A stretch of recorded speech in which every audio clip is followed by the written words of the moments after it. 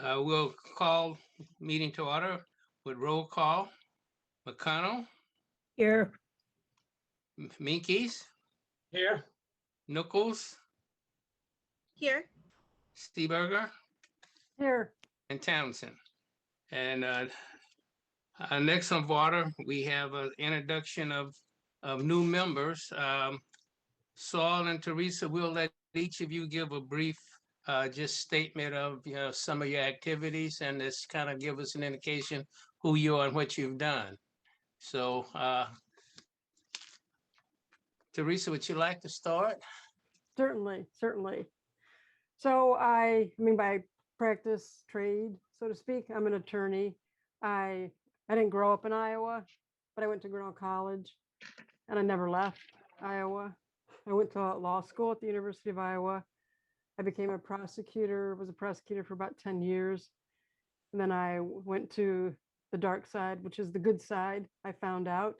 I went to the public defender's office and was there full time for quite a while. And then I'm a contract attorney now, although I was a magistrate for Cedar County for about 8 years. So I basically do contract work with the state public defender's office now. So that's kind of my work background. Okay, thank you. Saul, would you like to share some of your experience with us? I've been teaching economics at Kirkwood Community College and, of course, on occasion at the University of Iowa.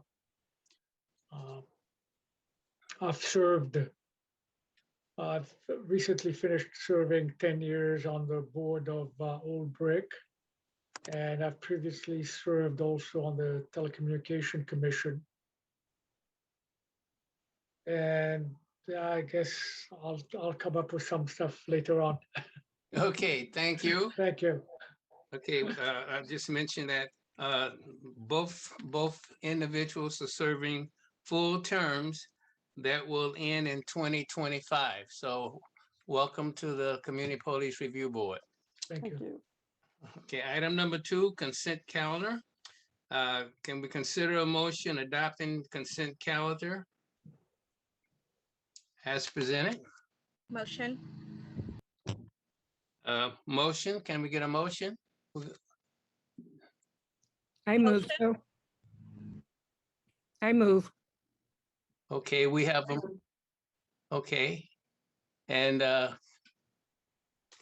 can we get a second? Second. Okay, the second by Amanda. Okay.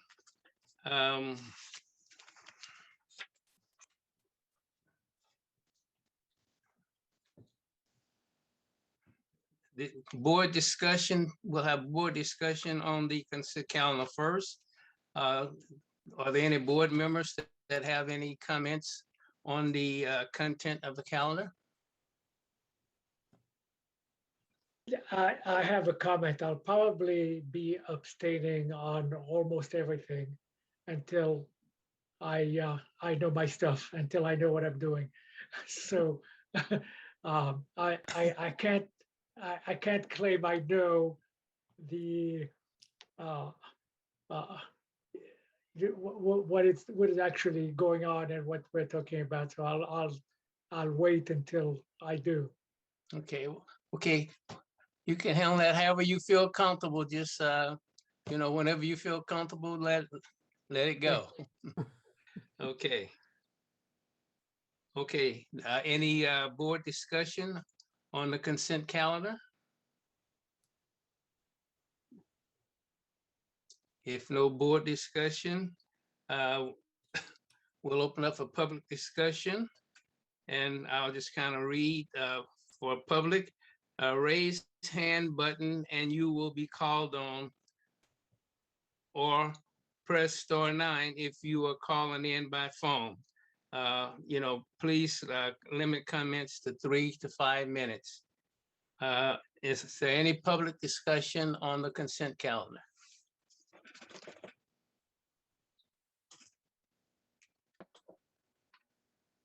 If not, we will take the vote. All those in favor? In favor of what? What are we Accept- voting? Accepting the consent calendar as presented. Aye. Okay. Aye. Oh, aye. Mhm. Okay. Oppose? Okay. Other? Abstention. Okay. Paul abstain. Okay. I'll Is- abstain. Okay. It sounds like the ayes have it. So the motion passes to take it as presented. Okay. Okay. I have a ton of papers here that I'm trying to work my way through. Okay, item 3 will be new business. And the fiscal year 2021 CPRB annual report is up for view and discussion. You've had a chance to review it.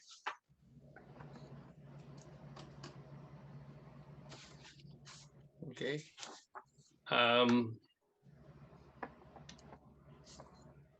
Board members, any comment on the draft that you had a chance to look at? No comment. Okay. No comments, then can we get a motion to approve the annual year 2021 annual report and forward to city council as drafted? Motion. We have a motion A second. and a second. All those in favor? Aye. Aye. Okay. Against? Okay. Abstain? Okay. It seems like the ayes have it, so we will forward that document on to the city council.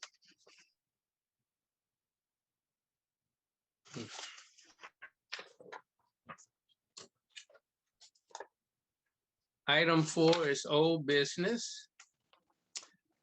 We have the community forum and had a chance to review the community forum letter.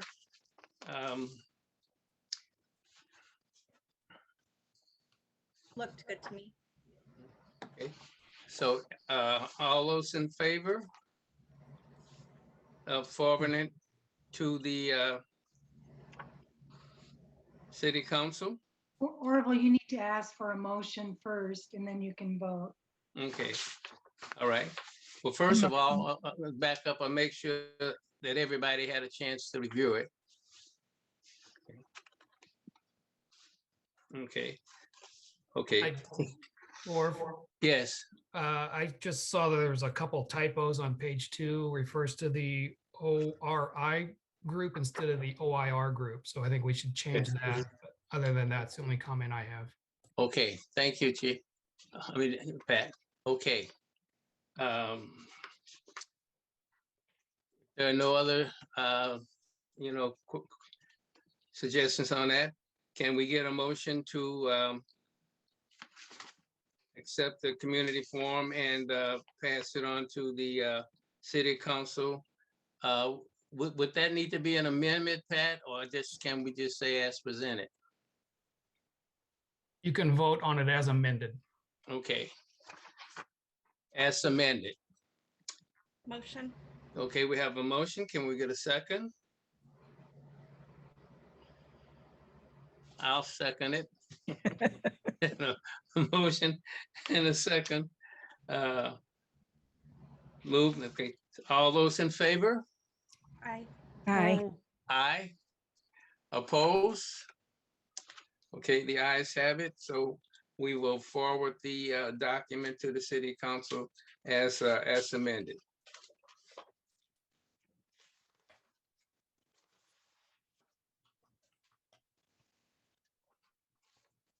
Okay, next on our old business, we have proposed ordinance change.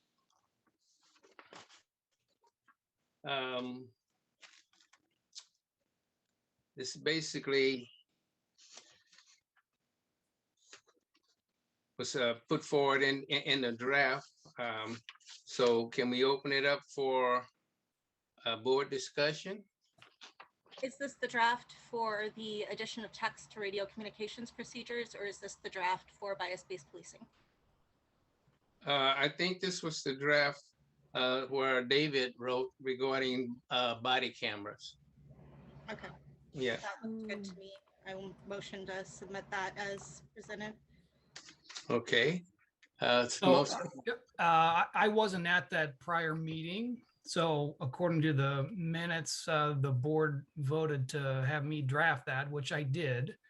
So a little bit of history on that particular discussion was, I had some concerns in the past that what the board wanted to do would require an expansion of the board's power, because all the power for the board comes directly from the ordinance.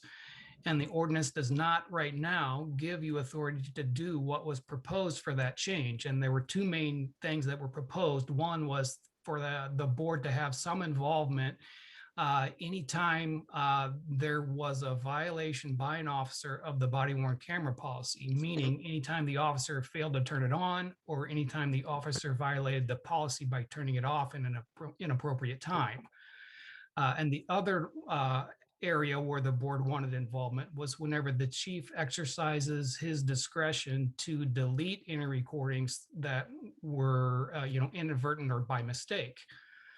And so if the board wants to be involved in either of those activities, then you need to ask the council for expansion of the board's authority to be included in the ordinance, because right now you don't have that power.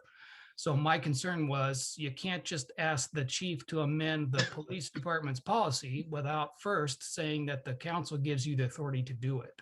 So that's the main change that I wanted David to address. And in the draft that I presented, I thought an appropriate way possibly to handle that was to, require that the chief file a complaint with the board anytime he learns that there's been a violation of the body worn camera policy. So that's how I framed it for your discussion. Okay. Okay, so Pat, would it be appropriate to, can we vote to pass along with your recommendations onto the city council? Or, how should we handle that? Well, if somebody wants to make that motion, then there'd be a motion and a second, and then a discussion and a vote. Okay, okay. Yeah,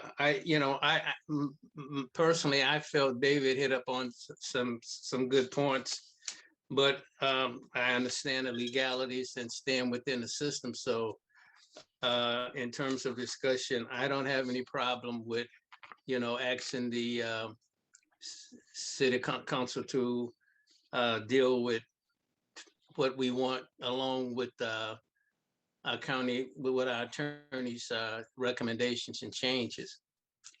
So do we need any discussion on that?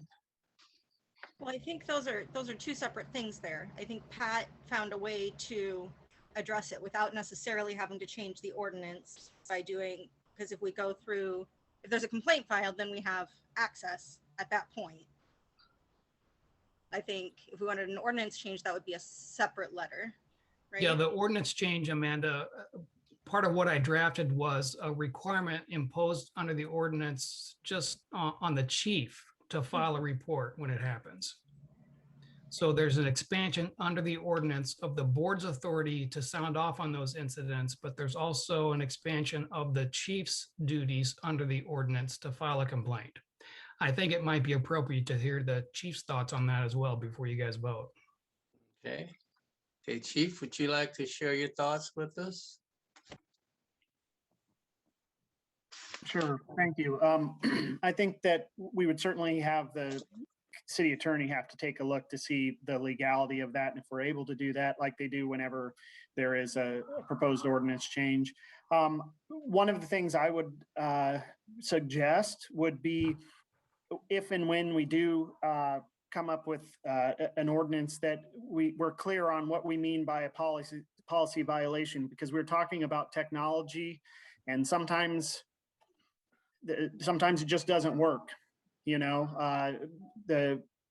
through no fault of the officer, the battery goes dead or things like that. And I would want to know how you guys felt about that. If you felt that, because it would get to the point where I think you guys would be, it could become pretty cumbersome on things like that. So that would be something I would hope you guys would address in the ordinance change, because if it was something where oftentimes the body cams will get knocked off, and sometimes that will cause them to turn off. Like I mentioned, sometimes the batteries go dead. Sometimes we have mechanical errors, and we certainly look into all that stuff. But I would want you guys to address that. And if that's something you'd want to have a part of, then you'd have to ask the council for an ordinance change, and then that would go before legal to see if we could do it. But maybe clear up some of that, because we tried to have that conversation a couple months ago with David, and there are some situations. I know when he was talking about changing the policy to say that all of them are presumed to be intentional, there were several situations where sometimes it's obviously not intentional. A quick thing where the officer jumps out of the car and it doesn't get turned on. We're working through that. There are many other avenues we're working on getting that. I know, Orville, you and I have talked about the constant on, where it's constantly recording. We don't have the capacity to do that now, but there are some things out there that we're looking at that have different ways of automatically turning it on, because sometimes it just becomes a thing where the officers have so many things to do. If we can get that to automatically come on, that might help. So we're looking at that. But so long story short, I would like you to clear up because I don't think that's a violation of policy when the battery dies, but I would want you guys to weigh in on that. Yeah. Well, I think this is a situation where acquiring new knowledge, has its advantages.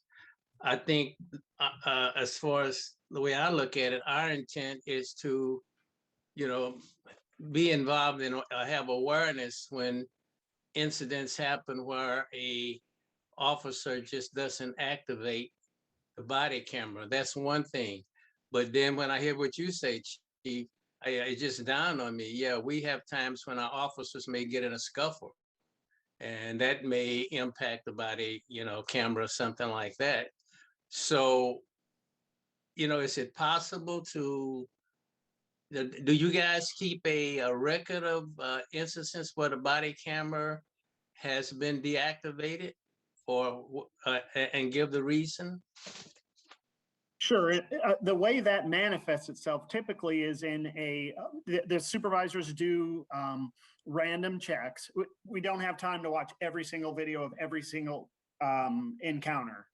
We just don't have that time. So the policy, as you guys know, they do random checks, but most of the time, if we find that the camera wasn't working or there wasn't video, it's because they're doing a use of force review. As you all know, we review the video from every single use of force, and sometimes there will be a situation where the officer jumped out of the car because he rolled up on something and it didn't, and that would be technically a violation of the policy. And that was the conversation that David and I had a few months ago, where we talked about that. Just like that was in the middle of the pandemic. Sometimes you jump out of the car and go into a restaurant without your mask. It's because it's new technology. The officers are getting used to it, but that does happen. But when that does, it is documented.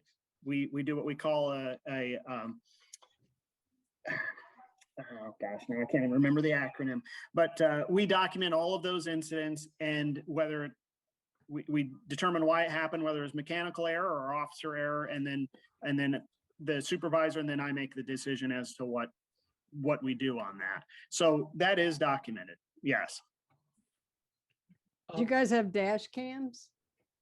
Yes. Yeah. Okay. Yep. We've had dash cams been around for quite a while. Body cams are still relatively new. Iowa City's had them for a decent amount of time. In fact, we're on our second iteration of body cams. So we're working, the officers are getting better and better.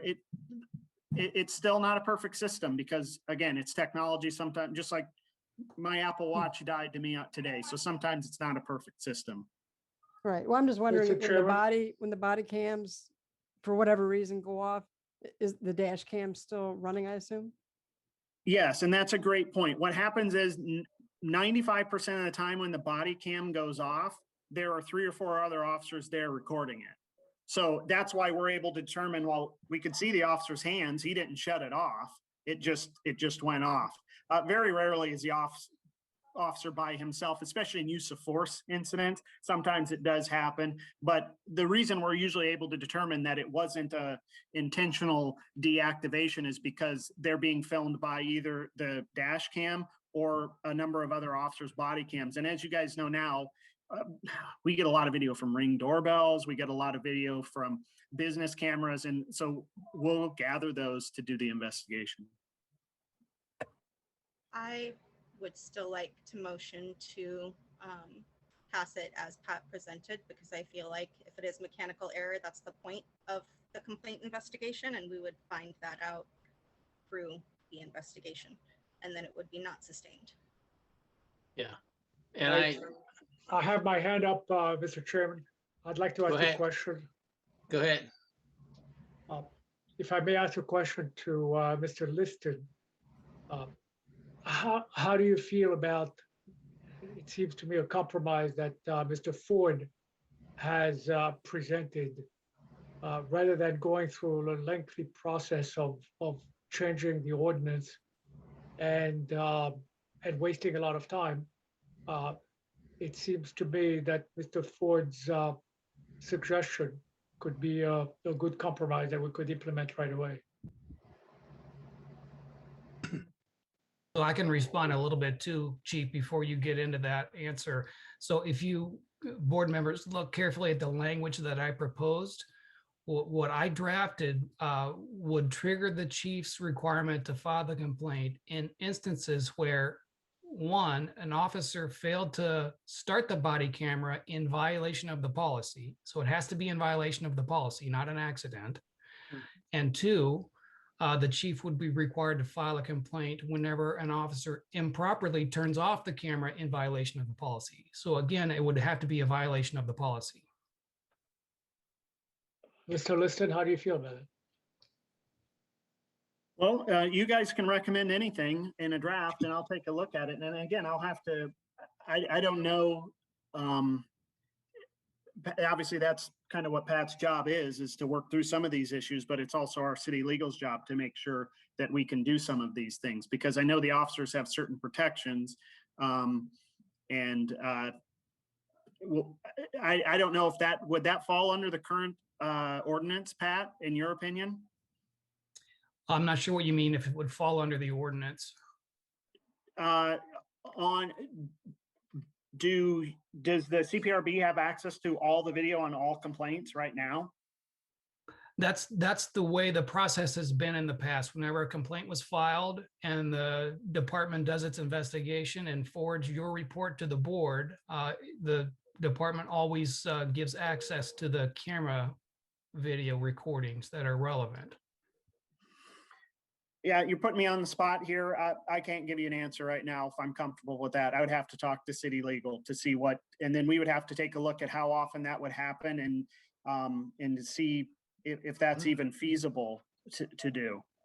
So.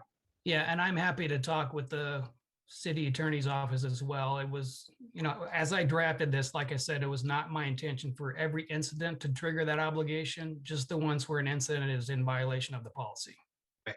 So Pat's question, with your recommendations, would that require an ordinance change? It would require an ordinance change. So the letter that I've drafted that's in front of you includes the specific language that I say you are requesting the city council to approve. So those are changes to section 885 and 887 of the ordinance. But again, that's just my suggested language because that's what I was directed to do at the last meeting. Okay. So would it be appropriate to request the motion? Or will you have a motion? Amanda did a motion. You just don't have a second or a vote yet. Okay. Then I'll second Amanda's motion. Can you say what the motion is again? Okay, Amanda, would you repeat your motion, please?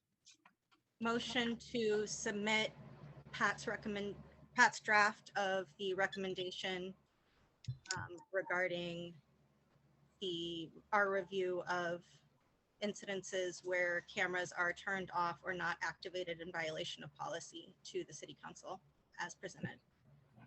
Okay, I'll second it then. okay, Orville just did. okay, Yeah, I have a point of order, Chris. Can a chair of a committee second a motion? Yes, in the bylaws, the chair can make motions and second motions. It was in the CPRB's bylaws. Good okay, question, though. Good question.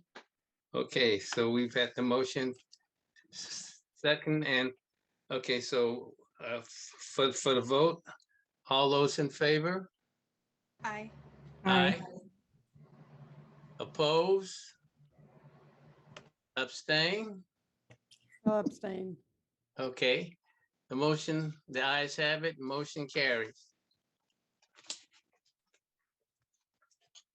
So as I understand it, then the letter that I drafted will need to be trued up with Orville's name.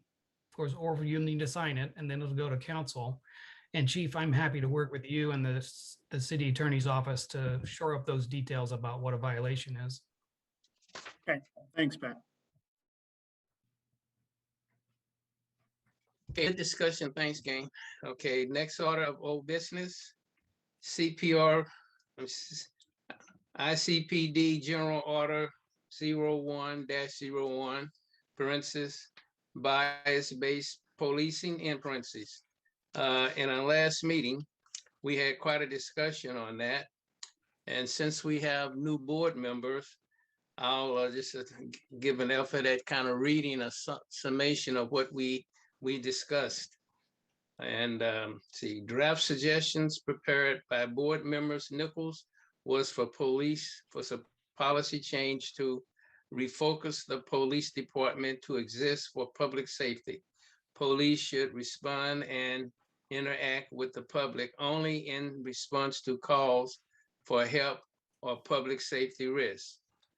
Board agreed with the recommendation, adding additional training on the history of bias-based policing and the additional statement articulating the role of implicit bias in reasonable suspicion. The board also agreed on recommendations changing may to shall. Board was not in agreement with the recommendation to change the policy section on stating the police department will interfere with members of the public only when assistance is requested or when there is an implement risk of safety. Items noted. The CPRB can only make recommendations to change police general order policies, not request legislative change. Next note, resources used for patrolling minor types of crime could be put toward programs that do not involve the police, as research shows problems associated with those minor crimes will decrease with the community. And the next one was implicit bias policing. Concerns were limit the police officer with too broad a stroke, constitutional law which direct police policies and procedures, putting public at safety risks. Suggestions to revise draft, to have recommendations be more specific on not wanting police officers making arrests for minor drug offenses. Emphasis, and the next one was emphasis on additional training in regard to the understanding of bias-based policing. And then the last one was employing other programs instead of punitive systems toward minor crimes. So that's kind of where we left it last time.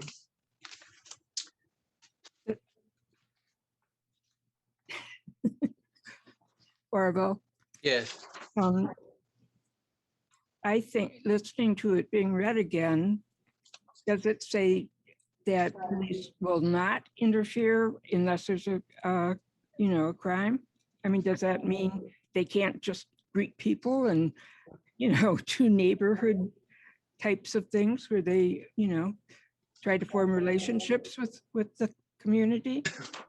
Well, Amanda, you kind of had the draft on that. I think, would you like to share your thoughts with us? Yeah, ultimately, it means that they would only be in their official positions as police officers, interfering with the public if there is a request for help or if there is an immediate public safety risk. I'm kind of concerned with the concept of interfering, because if they're called, there's a call requesting help, they're not interfering. Right, which said if there is a call requesting help, that is one of the reasons that they are able to go and assist. It's just redirecting it so that they are only involved when somebody is asking them to be, or when there is a public danger. Because if their purpose is to protect, then those are the only times that they would need to be involved. Can I just say something that might move the conversation along? I mentioned it last month. It was signed since our last meeting. The governor signed a bill that prohibits municipalities from discouraging or prohibiting police officers from enforcing any state law. Because of that bill, we had to rescind our secondary traffic stop policy.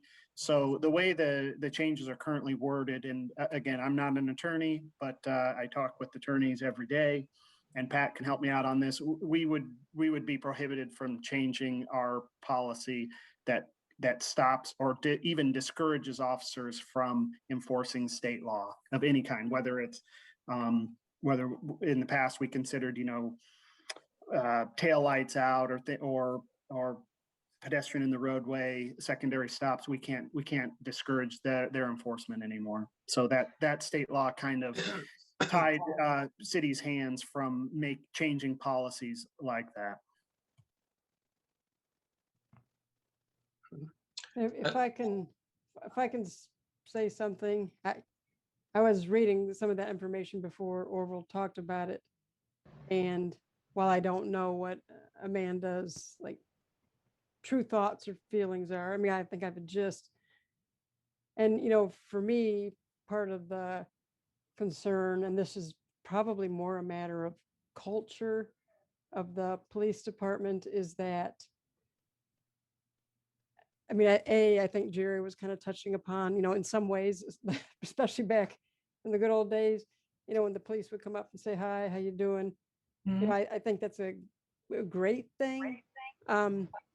Unfortunately, what I've seen some of, and obviously it's not everywhere, is that those kind of interactions, either intentional or I don't know why else, but That's what I was asking. it's like, hey, hi, how you doing? Do you have any drugs on you? Do you have any weapons on you?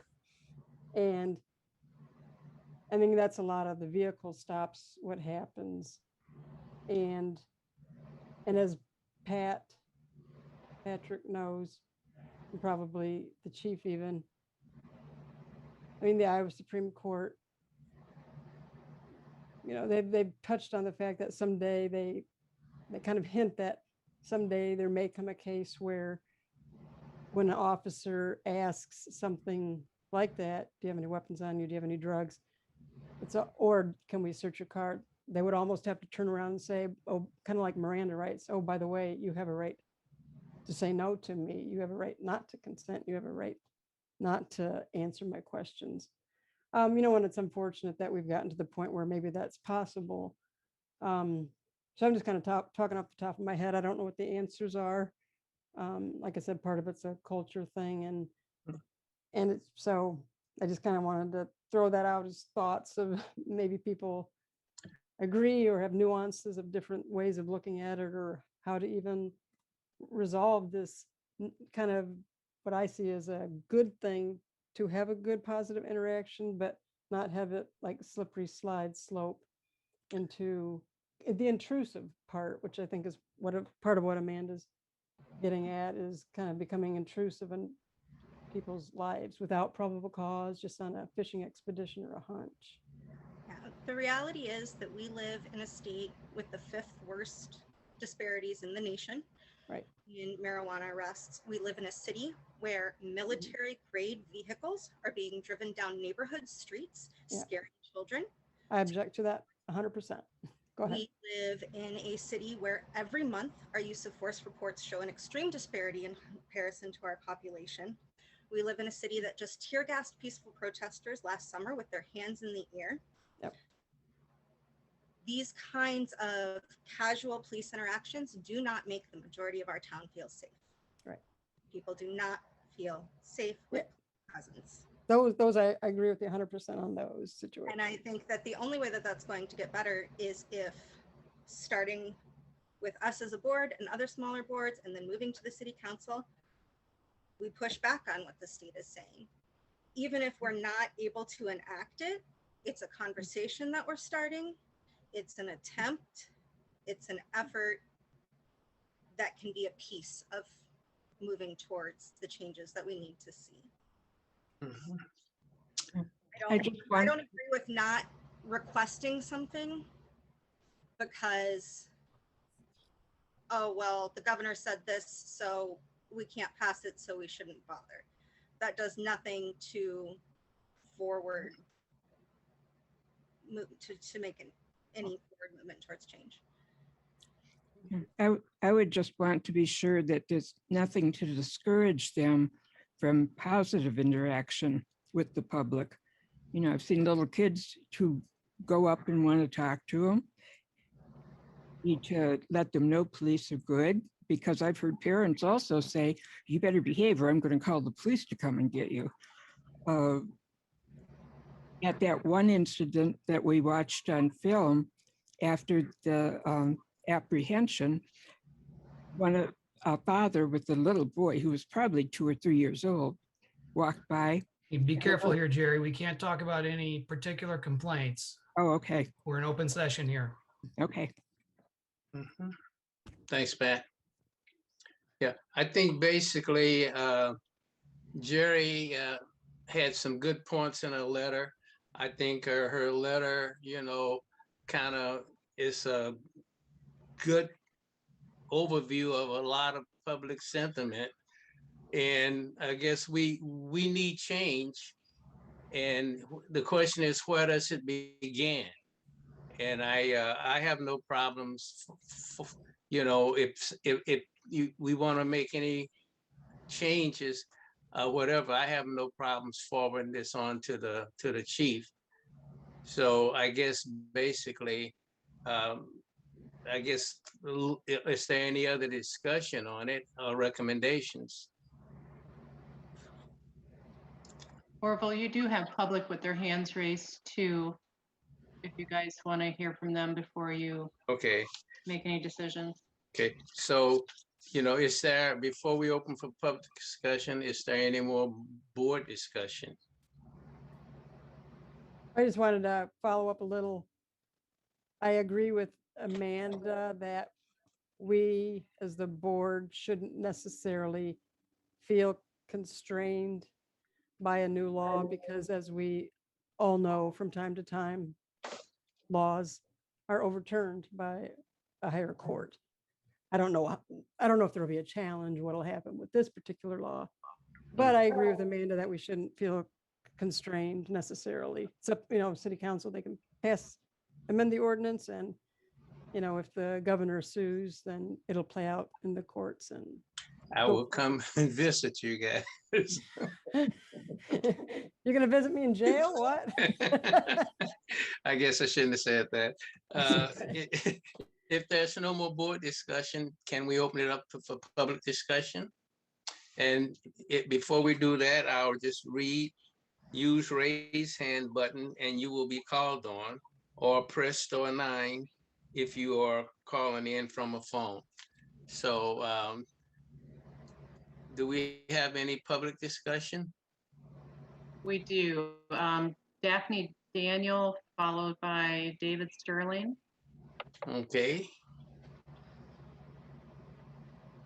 Good afternoon, actually, good evening. good. Yeah, I'd like to thank all of you for taking the time to serve on this commission. I'm sure it can be pretty stressful at times. I want to make two quick comments. The first one is about the idea that police would somehow not be responsible for body cams dying because of the batteries, like the batteries becoming discharged. I think we live in a culture now, in a society where most of our electronics are charged. So your cell phone, your Apple Watch, or your fitness watch, a lot of things are charged. And so if a police officer cannot take on the responsibility of keeping their body cam charged, I don't really know if that person should be serving, because this is a part of the job. You have a responsibility and you need to take it seriously. I also think it's pretty interesting that, when it comes to the tactical lights on the firearms, there's never a concern about the batteries dying, or the two-way radios the police officers use to contact each other. There's never a concern about the batteries dying. Now, I don't know if that has to do with the tactical lights, the batteries for the two-way radios are essential for police safety, and that's different from the body cams, where we're in a society where it very much feels like the people need to have these body cams to be protected from the police. And I think that really needs to be seriously considered, because to me, it sounds like an excuse, and a very poor excuse. Secondly, I am an attorney, and I think I agree with a couple of people who said this is something for the courts to decide. If the ordinance is passed, it can be challenged by whoever has standing. And so to sit here and say, well, I don't even know if we should talk about it or recommend this because of something the governor signed, that's a little irresponsible. Because the commission has been charged with a duty, and part of that duty is not hiding behind the governor signing laws. Thank you. Thank you. Thanks.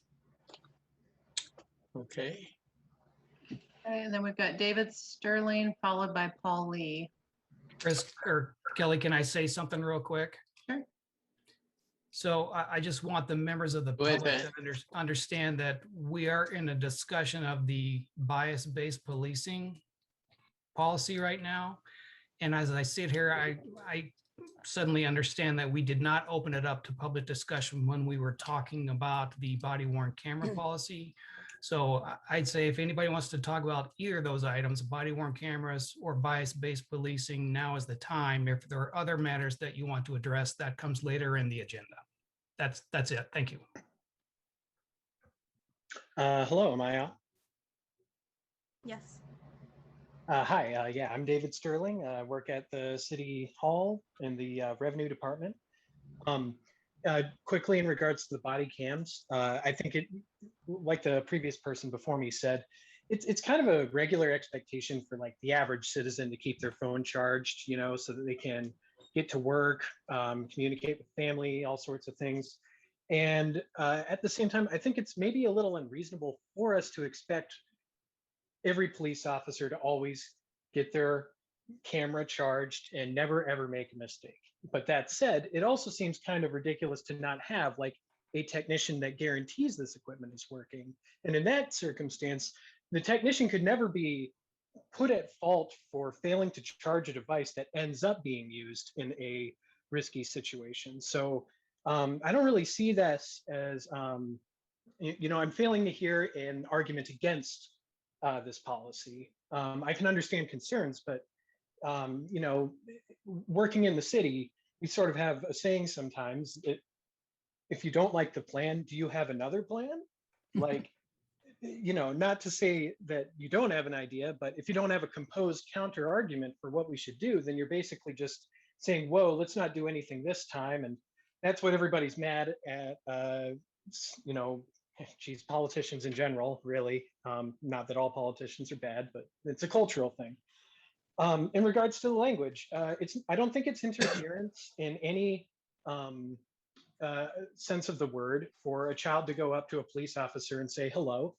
I haven't really seen that happen in my entire life, but I think if you had a policy that said that police officers can't interfere with citizens going about their business, that doesn't mean that they can't wave or smile, you know, they can't be greeted and greet back.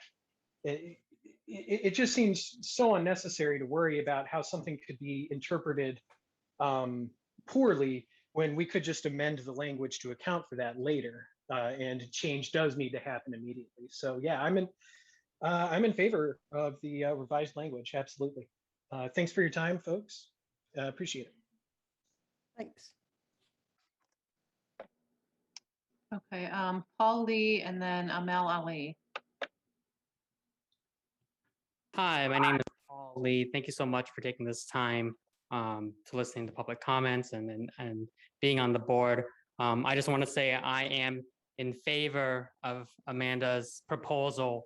I think I recently moved into a new neighborhood, and by our neighborhood, we have low-income housing that's majority Black population. And I constantly see police just patrolling around the area. I've seen them at night just like parked and out on lawns for apparently no reason. And it's really a self-fulfilling prophecy. I mean, if these police are coming out to these areas because they have high crime rate or whatever, it's because they're constantly there finding more crime. If you were to go to all these other neighborhoods and patrol same as these areas, I bet you'd find similar amounts of crime, or at least increase in crime, right? So I'm in favor 100% of Amanda's proposal. That's all I want to say. Thank you so much. Thanks. Thank you.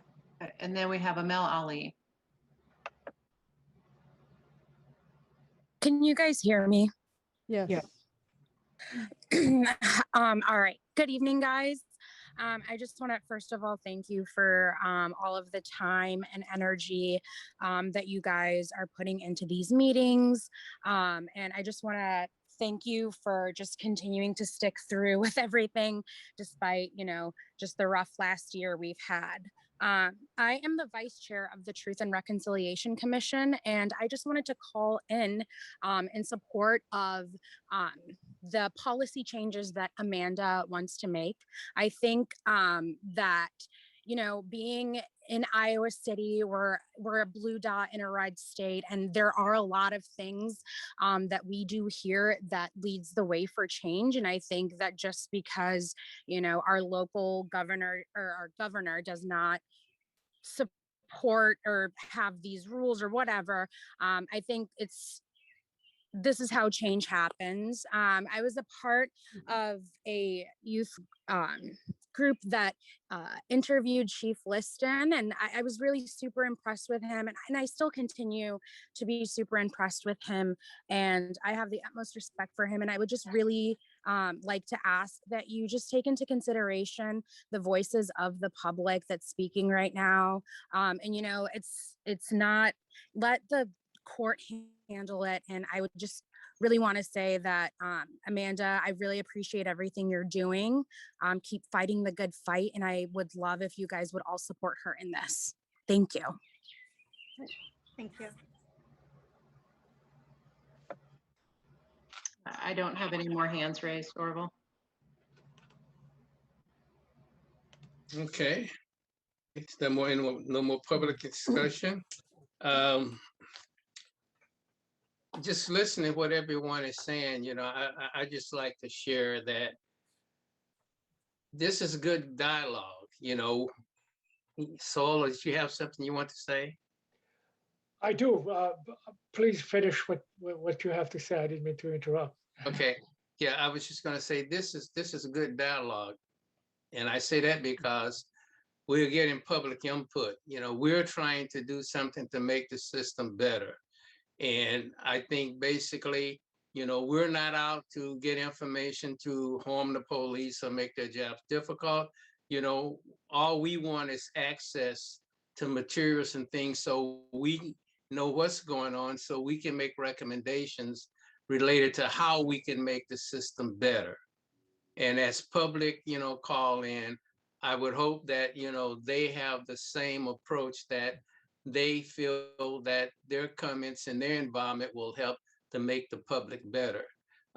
You know, I've been in our city a long time, and there have been times when I think back, I would have given $100 to have had that police officer have a body camera on. But we didn't have those things back then, but we have them now, you know, which is good. But with everything that's good, there's something that's bad.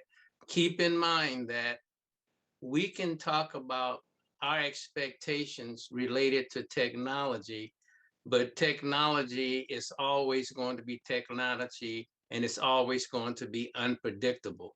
I take my hat off to the chief. I think he's doing a fantastic job. We've got a great police force. You know, it's always going to be one or two that's going to be a bad apple, but I don't think we should let two people dictate what we're going to be about. So I too, you know, appreciate what you put into this, Amanda, and I think you did a good job. So, Yeah, I have a couple of questions of information. Mr. Liston, you said that the policy is was passed. It's not by the governor. It's passed by the legislature, right? Signed by the governor. Yes, that's correct. Is it the governor's opinion, or is this something that No, was it's passed? passed by the legislator, signed by the governor. Okay, so we probably should clarify that this is not the governor's opinion, as it appears to be stated. So it's the legislature. The second question that kind of bothers me, a comment that was made, is the police going into a neighborhood looking for crime, or are they going into a neighborhood when they're called? Right now, the policy. Yeah, that's a question for Mr. Liston. Do the police look for crime? Do they go into a neighborhood looking for crime, as it's been stated? Yes, we do. Yeah, we're driving around. It's proactive patrolling. We're not creating crime. We're looking. The suggestion was brought up a couple months ago, when if we roll up on someone breaking the windows of someone's house, or someone spray painting someone's car, or someone stealing something from someone's car, we are going to take action. And the assertion that we're driving around creating crime, or listen, you guys are more than happy to come to my office. I'll show you where the violent crime occurs, where I can show you where every single shots fired call has occurred in the city in the last 3 years. And you can just see where those are. And it's not all in one area. It's not, but we have areas where, and so is that where we pay particular attention? Sure, where we pay particular attention to areas where we've had incidents. And when we serve a warrant in a certain neighborhood, that's because we have a search warrant or an arrest warrant to do it. And it's not always in the South District or whichever neighborhood. We go where, we also go where we're called. But again, I can tell you that it's, you guys can propose any, we're talking about two different things. The ordinance changes in regards to the body cam. That's one thing. The policy change in regard to the bias-based policing, and I was just telling you about the law that just passed, and which prohibits me, the chief of police, who creates policy for the department, from discouraging officers from enforcing state law.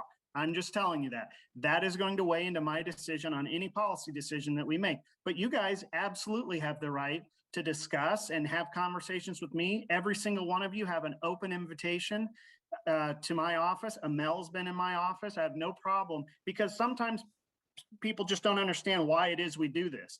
And I'm more than happy to have you guys sit in my office. We could show you. You're more than welcome to go on ride-alongs. I encourage you to do that. Once the Citizen Police Academy opens up, I encourage you to do that as well. I think it just helps us all, because then you can understand, hey, I didn't understand this. There's things I'm still learning about the Iowa City Police Department. So I would, you all have the open invitation to do that, and I would really encourage it. But my last, Okay, my so, last comment on this question is, yeah, I agree with the intent, the philosophy of the motion that Amanda made.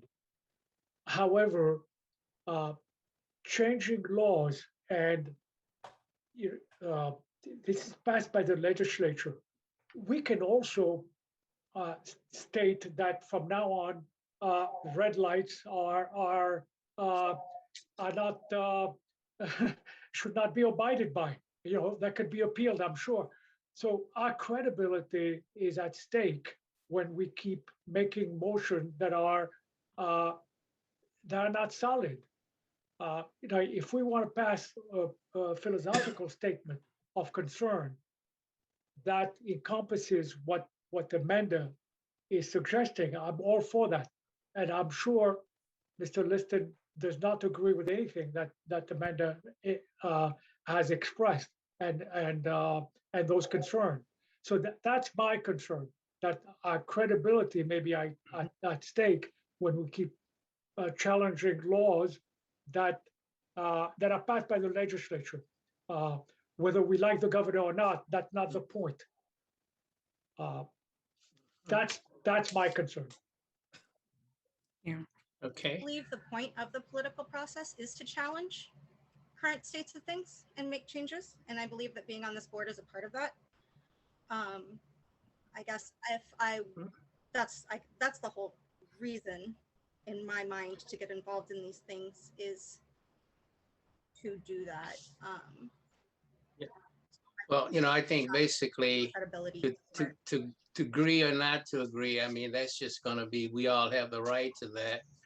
But I think the different personalities, we all have different thoughts about things. But I think what's important is that each individual has the opportunity to express their thoughts. And then it's up to the rest of us to, we don't have to like them, but we should respect them. So, you know, with that, we've had quite a bit of discussion on this, and I think it probably comes the time for us to put it to a vote. So can I get a motion to approve and forward to the police chief Lipscomb recommendation letter to change General Order 01-01? Motion. His motion, can I get a second? Chris, was that motion already made? No, not on this one, I don't think. No,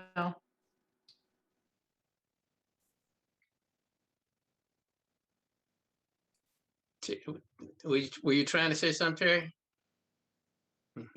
I don't, There has not been a motion yet. yeah, okay. So Amanda, motion, we need a second. I'll second it. And this is on which, if, The bias-based policing. thank you, okay. It's been motion and second. All those in favor? Aye. Aye. Aye. Oppose? Abstain? Okay, Aye. we have, okay, how many abstentions did we have? Okay, just one, okay. No. Me, Jerry. Oh, Oh, there are Jerry. two Okay, abstentions that I see. okay. So I think the motion No. carries then. Okay. So we will get the letter forwarded to Police Chief Lipscomb. Okay, good discussion group. Yeah. Okay, continuing on the old business, discussion on CPRB recommendations to City Council. If you remember, the City Council requested additional information on recommendation items 8, 9, and 10. And in item 8, one of the recommendations was that the CPRB should have the authority to hire an independent audit to review the police department's internal investigation procedures. And then we found out that the police department has CELA, which is already a auditing tool. So with that, we gave the duties to get more information about that. So what we did was do a recap. So we have what was a redefined request for recommendation 8. And that was a draft in your materials. Did everyone get a chance to look at that? I did. I wanted to point out real quick, I noticed a discrepancy because we're asking for that redefined additional audit as needed. But on the status report that's later in the packet, it says that that's completed because we just accepted the current audit. Yeah, Amanda, you talking about this report here? I can't really see it. The one that has like the 13 recommendations and then Yeah, I prepared that. And so my notation on recommendation number 8 was wrong. It's not completed. That was my mistake on that chart. Okay. I just misunderstood what happened at the last meeting. Okay, thank you. And I had the responsibility to, write the redefine recommendation. And in looking at the CELA, the information that the police department already has access to, it's very, very thorough. And I think as we talked about it, I think what we felt was that that's thorough, but there are going to be situations that this may not cover. So in order to give, us the ability to be thorough in our recommendations and any audit that we would want to take a look at, we're saying that the CELA is a good tool. It seems to be very thorough, but to cover our concern about those special unique situations, then I think we're just adding that in cases where we feel that there's a problem and it can't be resolved through communication with all available sources, that we would have the opportunity to hire or initiate an audit. So how does the rest of the board feel about that? Does that cover your thinking, or do we need to make changes?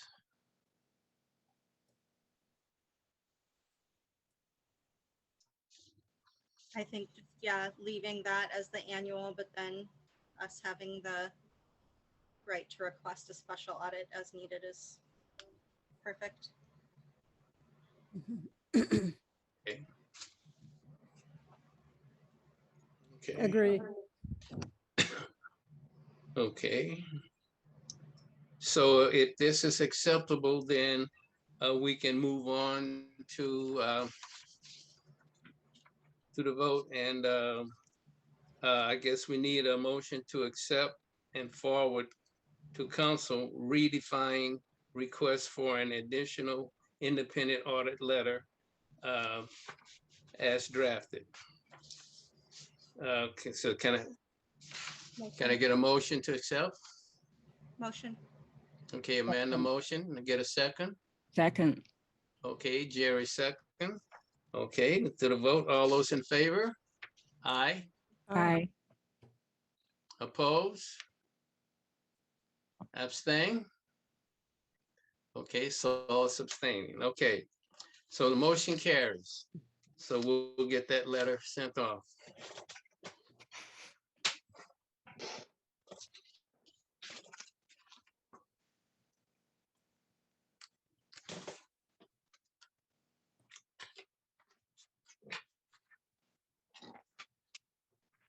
Okay, with number 9, item number 9, CPR shall be provided city funding to promote awareness of the CPR and enhance accessibility to its services. So basically, we made the recommendations to the city, to the city council, and they came back and they asked us to get more information. So, one was that we requested that we be given funding to have our information pointed on the back of all officers' cards.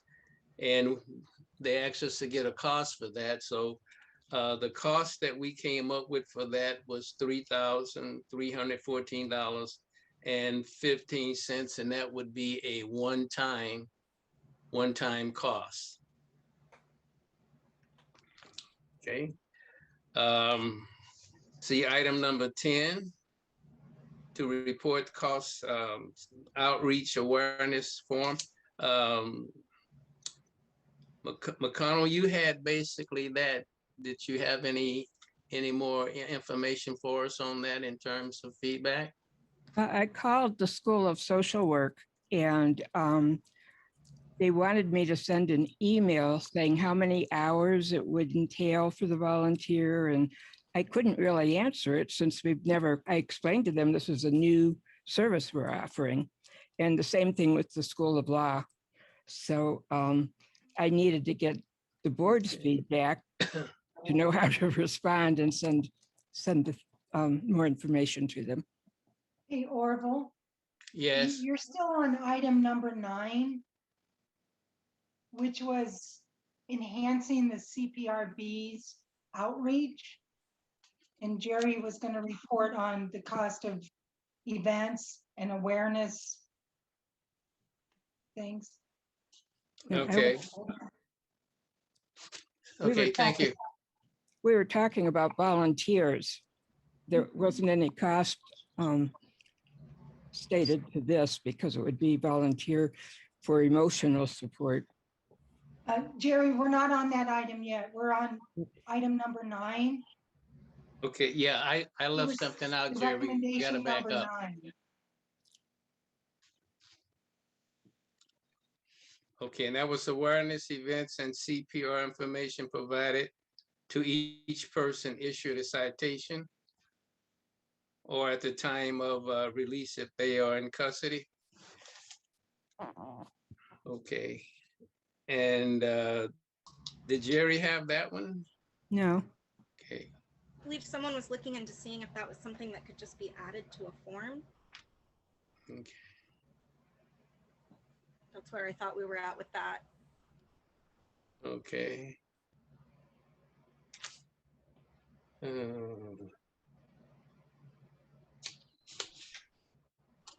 Or that may have been the conversation we had about what the, like on a traffic citation, what the offender or violator got on a traffic citation, and that cannot, it would have to be something separate. I found out it's not something that we could just add to our current form because that's a standardized form. So it would have to be something separate. So I guess someone would have to take a look at what that would be to come up with some type of informational form or whether or not the business card or something you think would suffice, or however you guys want to work that out. Okay. Okay, thanks, Chief. Okay. Okay. Is this a good time to talk about other avenues of awareness? Or do you want to stick with the ones that have been proposed?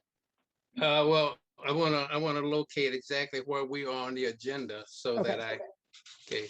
So Chris, you indicated that we were not in the right place? Correct. Orville, this is item number 9. of the 13 recommendations that you had sent to council. Mm-hmm. And on item number 9, the items that you had asked for, Okay, the council wants to know the cost of those. okay, So everybody was going to do a research on what the cost was. And I believe, Orville, you had the business cards. right, okay, And Jerry, I think you were going to do the cost of doing events or to do like outreach awareness, some type of. Yeah, okay. I don't remember that. Sorry. Okay, so yeah, so it still would need to be done. So that could be put on for the next meeting to continue this discussion. But would that also be the appropriate I have item 10, basically, to hear ideas that Teresa has that we may want to add into that section of the budget? You've already submitted your recommendation to the council, so you would have to amend your recommendation. Well, I mean, the recommendation was just public awareness, right? I think Teresa's saying she has some ideas for within that category. Okay, and then you would need to do a cost for the budget. Okay. okay. I have McConnell reporting on access to lawyer costs on services, and that's for social work and criminal justice. You know, is that the one you were talking about, Yes, Chris? it was my understanding that it was going to be a volunteer service because all they have to do is be for people who are afraid to file or uncomfortable filing, that there would be an emotional support system. They weren't going to be giving advice or so it was my understanding it was going to be volunteer. I think I feel more comfortable since we're trying to do a budget. You know, if we had asked someone to volunteer, I mean, they can show up when they want, and you can't get any you know, standard or guaranteed time that they would be available. So would it be possible to check and see if they would be willing to enter into an agreement, you know, and if so, you know, that we would pay for it, and if so, what would we be looking at in terms of time and cost? Well, again, Sorry, I sent an email along those lines to the law college because it was my understanding that we split up the legal. I was supposed to contact the law college, and I think Jerry was supposed to contact someone else. There were like 3 ideas that we had of who to contact, and we had split those up between people. It's in the minutes. Yeah, I had from the last meeting that McConnell was going to report on access to a lawyer from the School of Social Work and Criminal Justice. Townsend was going to report on Public Defender's Office, and Nichols was going to report on access to a lawyer cost of service through the law school. So there was those 3 outstanding. Okay. okay, and for my information, again, they wanted to know how many hours it would involve and were there set times that they would come. And you know, they're very willing to volunteer, but I couldn't tell them any of that because we've never done it before. Okay. Okay, I think basically, you know, this is kind of a new setup, so we really, you know, don't have a foundation for it. I'm looking at this and, you know, asking how many hours to take or something like that, wouldn't have a clue. But I guess the thing about that is it's a service that we would be providing, or that, you know, so we know we're not going to have it full time, but to begin with, if we were to put something into effect like that, what might be decent amount of hours per week to have someone available? Maybe that's an approach we can take.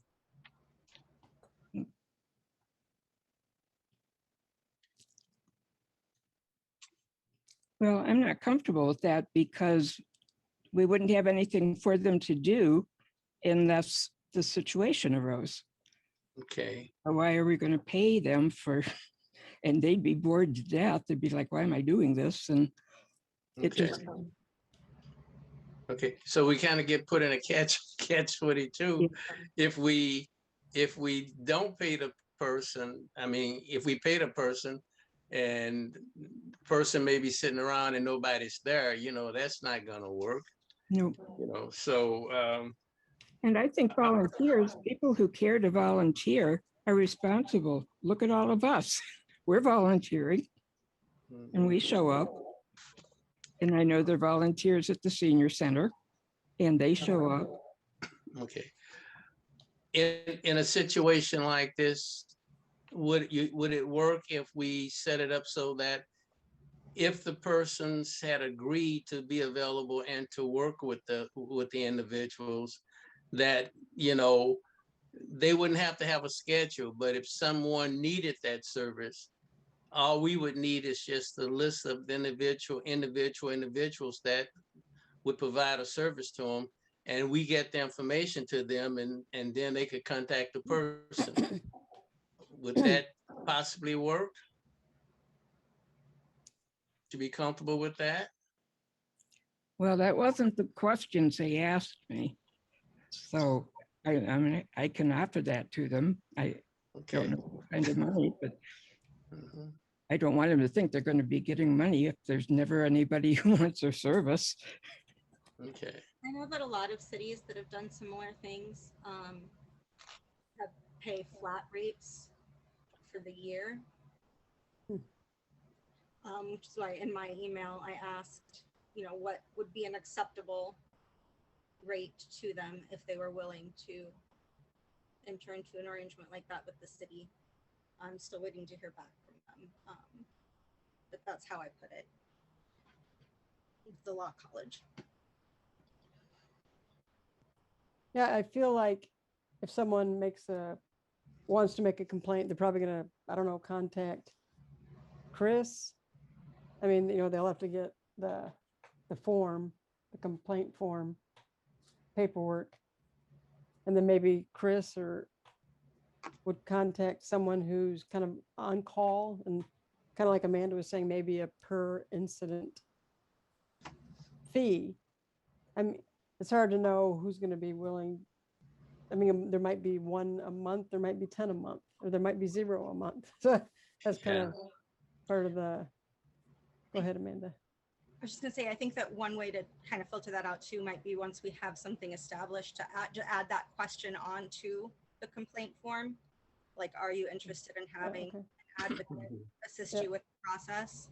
Yeah. And that way we can just kind of identify the people. Okay. I think in order to help Jerry out, so you know, we can get past her dilemma, I guess at this point it would just be good to know, you know, let them know that we're thinking about this and everything's up in the air right now. But, you know, their name, you know, organization came up, you know, as a possible provider, someone that could help out. And then just let them tell you how they see it, you know, in terms of what would they be willing to make available, and if there was a cost, what is the cost to it? You know, I guess that with them just knowing if they were willing to participate at this point. Okay. And if you can get some costs or ideals you can get to bring back, that might help us out. Okay. Okay. Okay. I had the public defender's office, and I have calls into them. Automation is pretty big due to COVID, so it's kind of difficult to get a voice. But yeah, and I have to be fair to them. I just contacted them the other day, so you know they got other things on their plate. But I'll have that information for you at our next meeting. If you want help, Okay. I will pound on the door. Okay, good. I know most of them. So, Okay, see, Nichols, you report on access to lawyer costs and services. Did we have anything on that? I'm gonna have to put that to next month, please. Okay, I sent an email, but I'm still waiting on. okay. Also, costs for services for social workers / medical professional. You know, you had that also, Nichols. Um, you know, in looking at these, I think also in talking to the individuals, we might just kind of pick their minds and how do they see this working? You know, we may look out and they would be more comfortable doing it as a volunteer service. But if they would provide a cost, then, you know, we need to know that. So these things are pretty, you know, pretty important. So why don't we put a special effort forward to get the information and get your reports, written reports to Chris. Okay. Does that sound fair? Yep. Okay. Yeah. All right. Orville, I have a question about the public defender. Yes. Were you going to contact the public defender to see if they would assist people and if they would charge, or were you going to contact the public defender to see if we could have a plaque like right outside where people go in that No. says, Now, basically, I'm contacting them to just let them know what we're trying to do, and you know that they came up as a possible participant. And number one, is this something that they would be willing to do? And if so, under what circumstances would they want to participate? And if there's a cost, then I'll get that information at that time. okay. I think it would be a great place for awareness, the public defender's office. Yeah. As well. Okay. Okay. It was my understanding that whomever came to help the complainant was not to give them legal advice, or, you know, they were just there for social support. Right. Yep, that was my understanding. I think we had said basic legal questions about the process, but not legal advice for like their specific case. Okay. Then, okay, explain that about the process. Which process are we talking about? Just the general complaint process. Oh, okay. Is there any legal intent involved with this? Or I are think we? just confidentiality. Okay. And they are wanting information about our complaint process that we use? Just the whole process of what's available to them in a situation where they are in a position that they're making a complaint. So they could answer questions about the process of making a complaint to the police department. They could answer questions about the process of making a complaint to us, but they wouldn't be giving them specific legal advice about their individual case or representing them in court. Okay. Can I ask a question?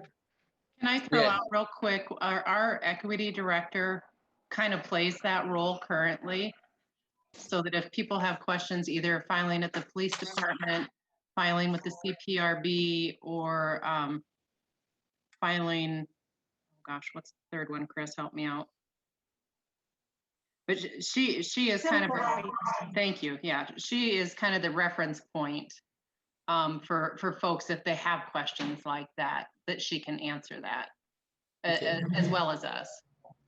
Thank you. Do they have to go into the official city building to meet with her in person? I'm sure, no, she would take a phone call, yeah. Okay.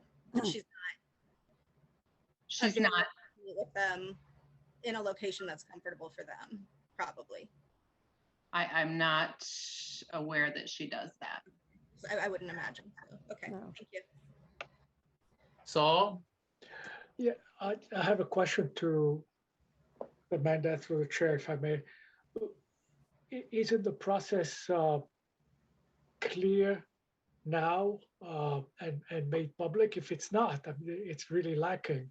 But I'm wondering what is lacking now? A lot of people don't know the CPRB exists. public awareness has really just been increasing a little bit over the last year, even though it's been around since the 1990s. It just recently became possible within the last, I don't know, matter of months to file a report online. Some people have language barriers. As far as I know, our forms are not available in multiple languages. Some people have executive functioning difficulties. Some people have reading barriers. There's all sorts of things that could make it difficult for various individuals in our community. You know, Thank you.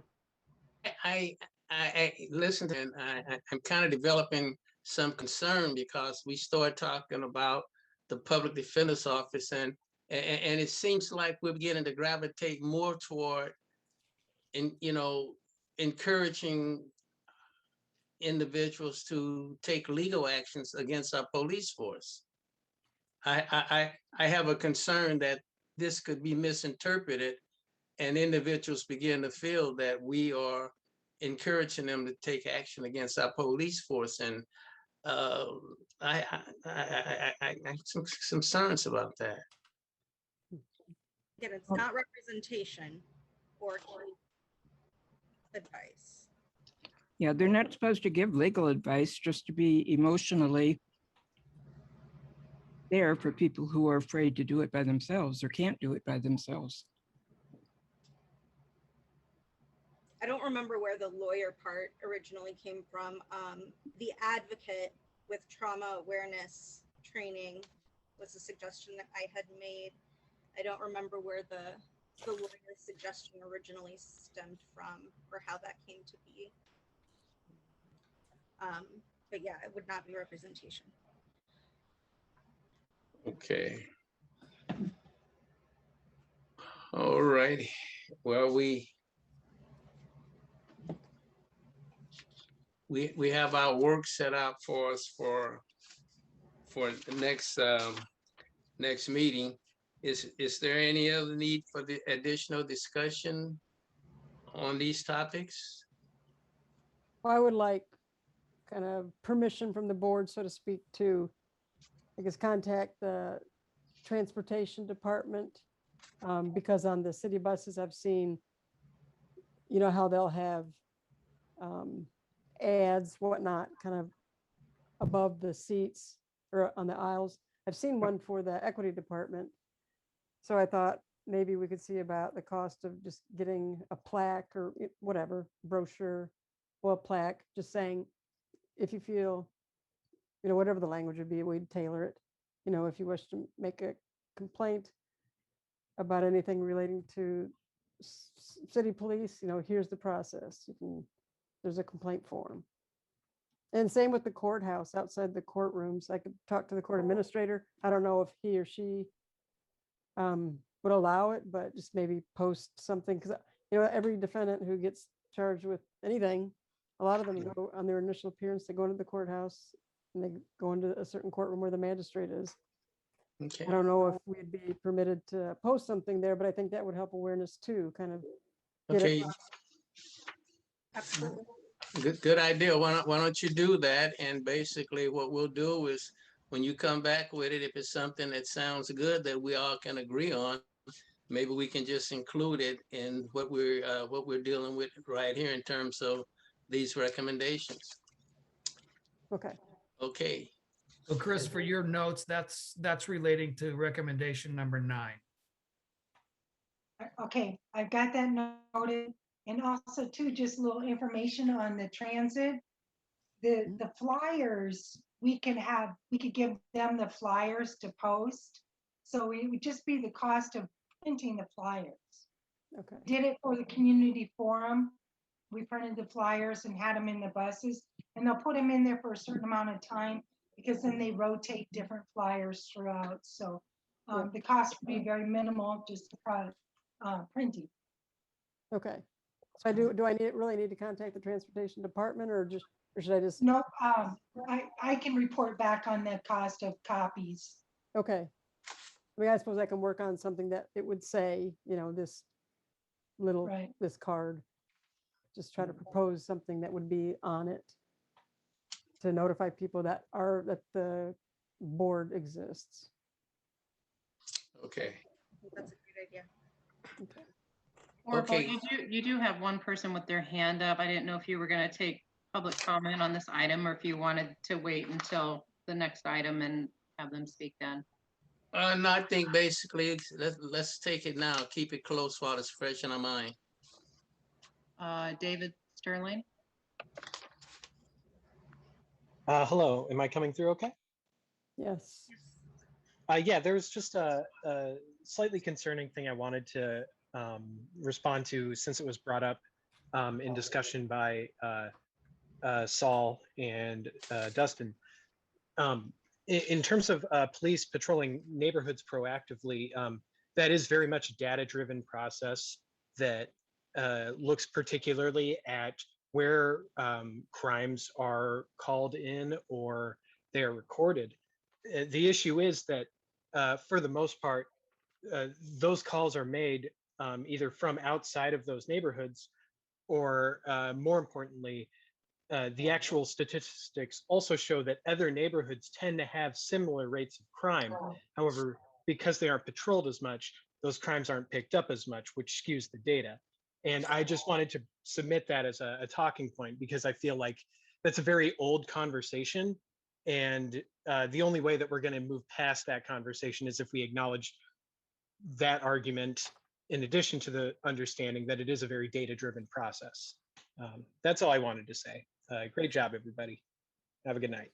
Thanks. You too. Okay. So do we have any other comments or conversation? Okay, I think we covered item 9 and item 10. So, excuse me. Yeah.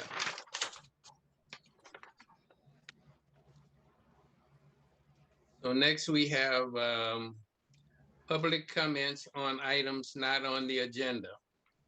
And I'll read the sign again. Use raise hand and you will be called on or press *9 if you call in by phone. So we'll take public comments.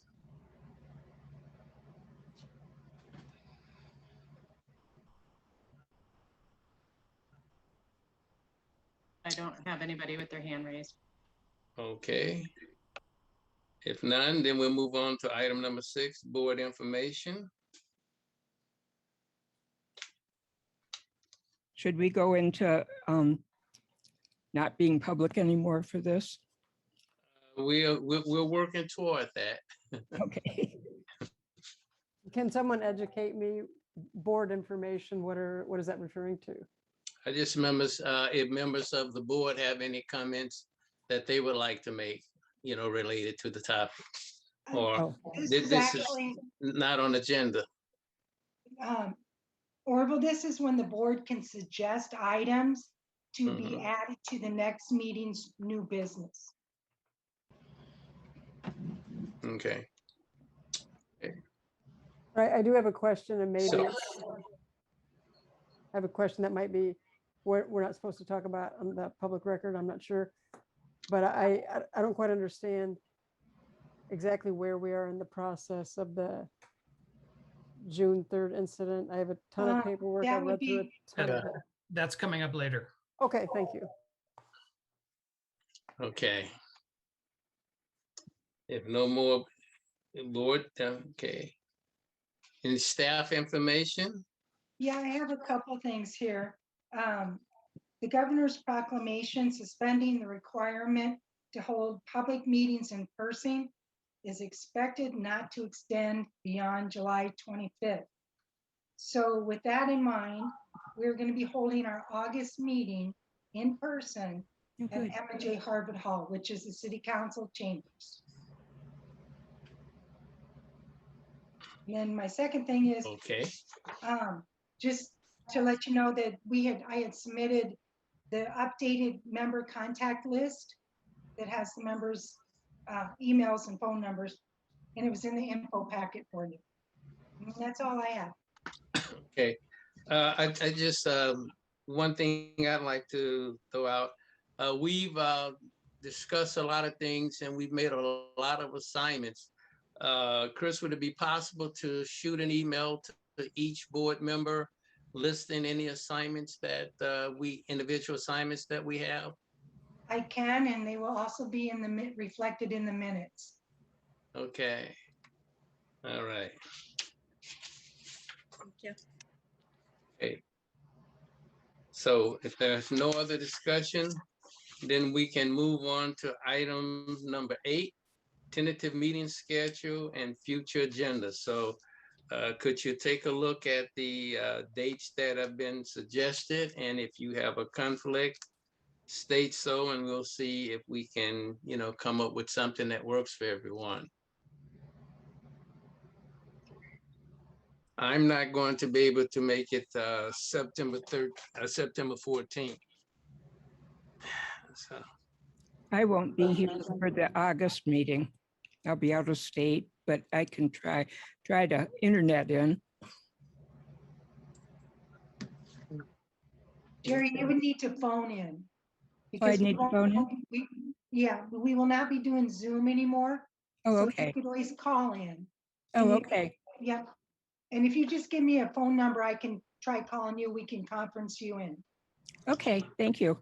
Yep.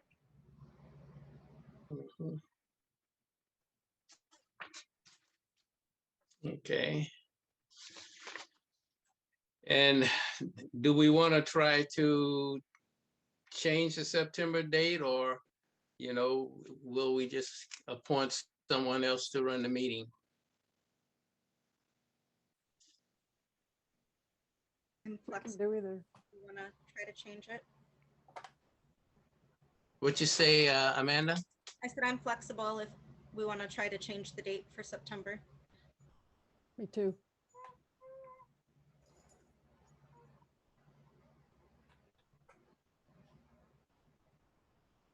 Okay. Would the 2028 work? September 28th?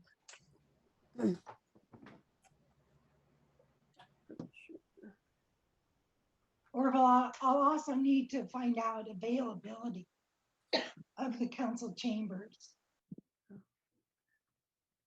Oh, okay.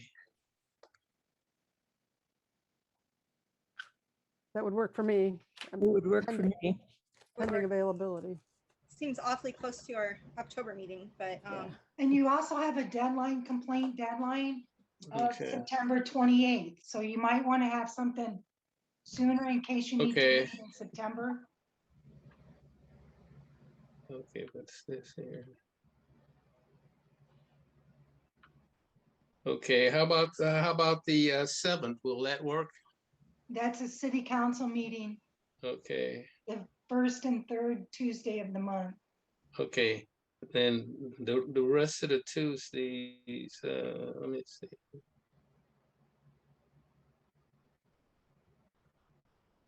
does it have to be a Tuesday? Well, the Tuesday, the No, 21st will work for me. Okay, then that pretty much shoots my calendar. That works for me. the Tuesday, the 21st is a city council meeting, so we would not have access to the chambers. Okay, Does the You meeting have know- to be in the chambers? No, Well, I mean, you right could always, now- sorry, I was just gonna say, you could always go back to the old meeting room. We were just trying to give you guys the option to spread out if you wanted to.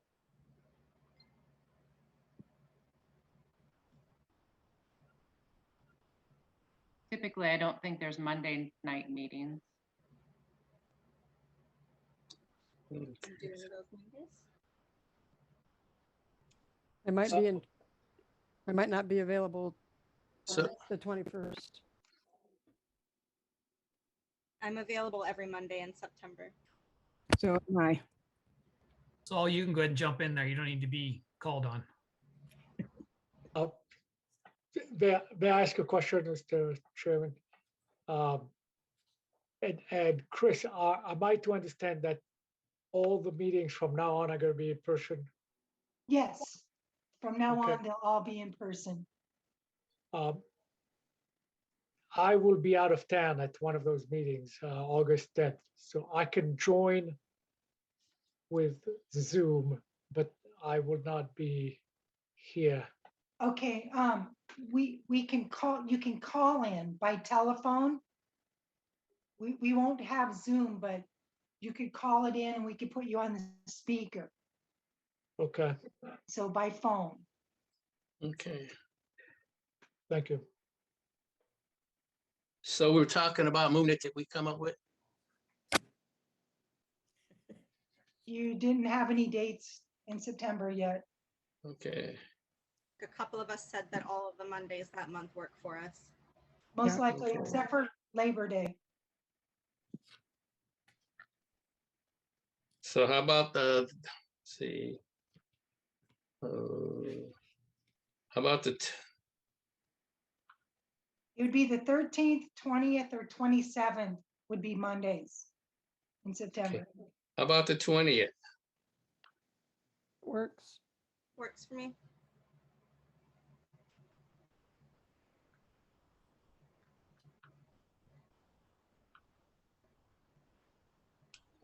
Okay, September 20th.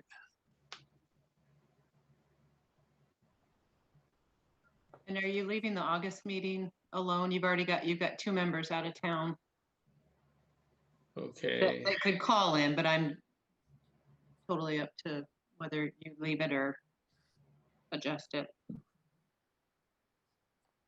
let's see, okay. Let's see, Tuesdays.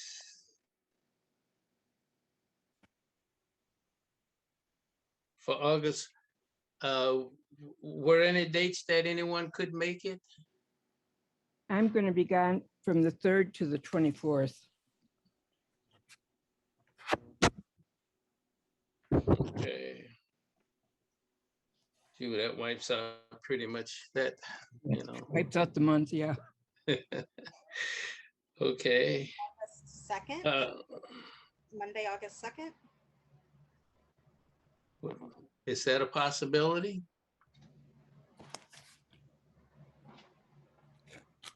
Look at my book here.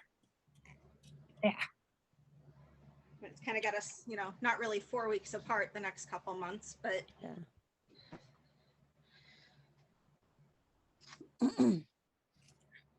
unless we just want people to call in, I have just a suggestion. The one thing I saw. Yeah, so the second and the 16th. Jerry will still be gone the 16th, but I mean, yeah, if she wanted to call. Okay. Which month are you talking about, Amanda, please? August. August. August, okay, still August. All right. Okay. So with the second work, Yeah.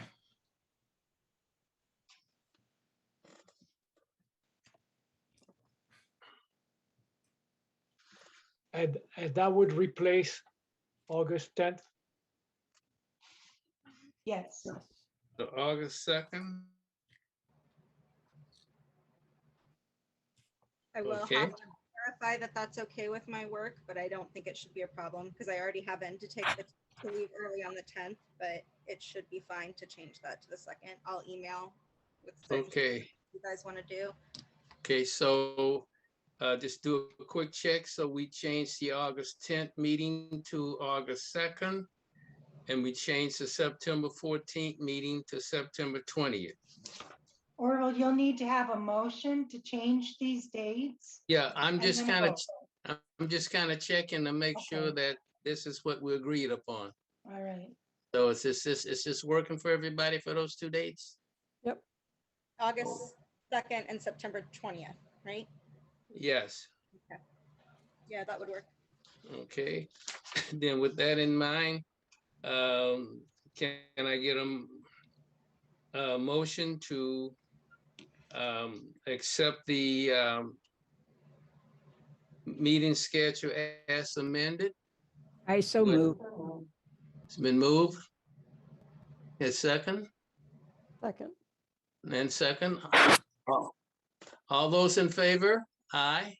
Aye. Aye.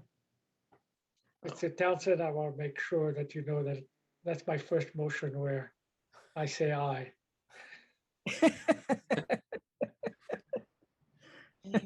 Welcome to the club. Okay. Julie? Okay, oppose? Okay.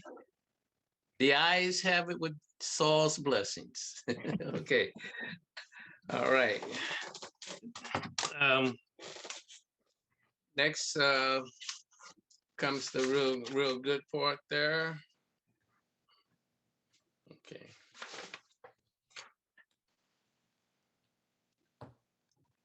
Okay, item number 9, consider motion to adjourn into executive session. Motion. In motion, can I second? Second. Okay. All those in favor? Aye. Aye. Oppose? The ayes have it. We are in executive session at 7:20 p.m. I think we're ready to go. So with that, I guess only thing left is item number 10. Need a motion to adjourn.